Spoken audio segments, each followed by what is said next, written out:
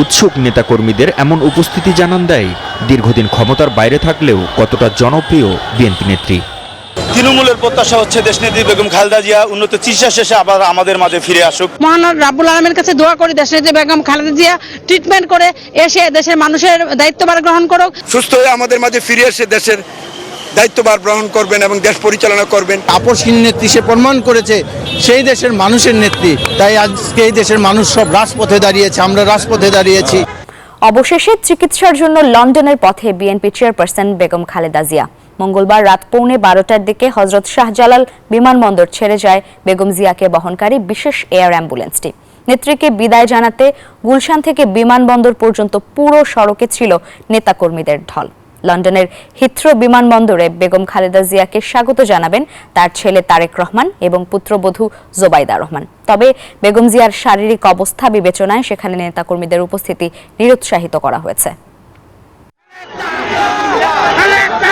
অবসান হলো সব জল্পনা কল্পনার।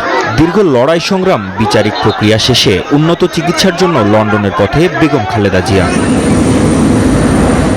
মঙ্গলবার রাত 11:15টার দিকে ঢাকা ছাড়ে বিএনপি চেয়ারপারসনকে বহনকারী কাতারের আমিরের পাঠানো বিশেষ এয়ার অ্যাম্বুলেন্স।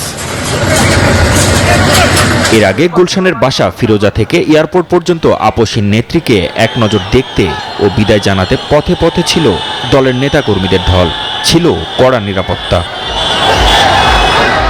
উৎসুক নেতাকর্মীদের এমন উপস্থিতি জানান দেয় দীর্ঘদিন ক্ষমতার বাইরে থাকলেও কতটা জনপ্রিয় বিএনপি নেত্রী।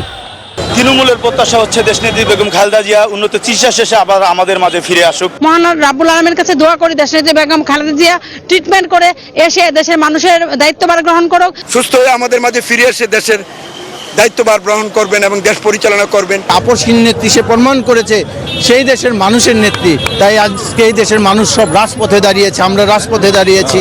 এ সময় দলের নেতারা বেগম খালেদা জিয়ার দ্রুত সুস্থতা কামনা করেন। যে মানুষটি জীবন মৃত্যুর সাথে বারবার পাঞ্জা লড়েছেন, কিন্তু জাতির সাথে তিনি বেঈমানি করেননি, তিনি ওই ফ্যাসিস্টের সাথে আপোষ করেননি। আল্লাহ রাব্বুল আলামিনের কাছে শুকরিয়া জানাই, আজকে ম্যাডাম মুক্ত পরিবেশে উন্নত চিকিৎসার জন্য বিদেশে যাচ্ছেন। মা সন্তানের কাছে যাচ্ছেন, সন্তান মাকে ফিরে পাচ্ছেন। আপনাদের কাছে অনুরোধ জানাই, মানুষটির জন্য আসুন, আমরা সবাই মিলে দোয়া করি যেন তিনি আবার সুস্থ হয়ে আমাদের মাঝে ফিরে আসতে পারেন। এদেশের 16 কোটি মানুষের মাঝে 16 কোটি মানুষের নেত্রী যেন ফিরে আসতে পারেন।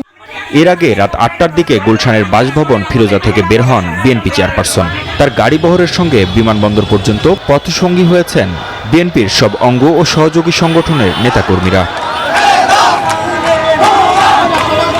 চিকিৎসা শেষে সুস্থ হয়ে দেশে ফিরবেন বিএনপি চেয়ারপারসন বেগম খালেদা জিয়া, এমন প্রত্যাশা দলের নেতাকর্মীদের। মাহমুদ হাসান, নিউজ 24, ঢাকা।